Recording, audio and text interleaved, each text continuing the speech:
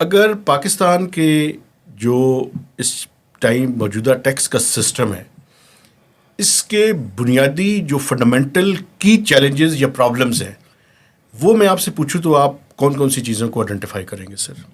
جی، پہلی تو سب سے بڑا مسئلہ ہے کہ آپ ہائی ٹیکسز لگا کر لو ییلڈ حاصل کر رہے ہیں.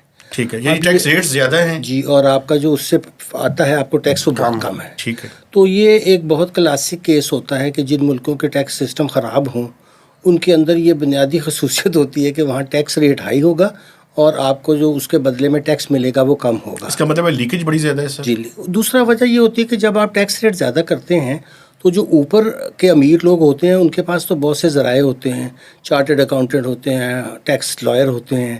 وہ ٹیکس آپ ان سے لے ہی نہیں سکتے کیونکہ جب ایک خاص اوپر سطح سے جاتا ہے تو ان کو ٹیکس بچانے کے طریقے ان سے زیادہ آتے ہیں.